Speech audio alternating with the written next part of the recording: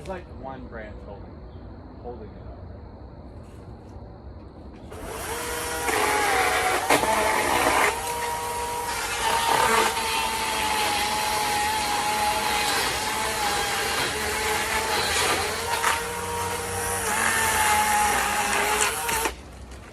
You'll have the most stubborn wood I've ever seen.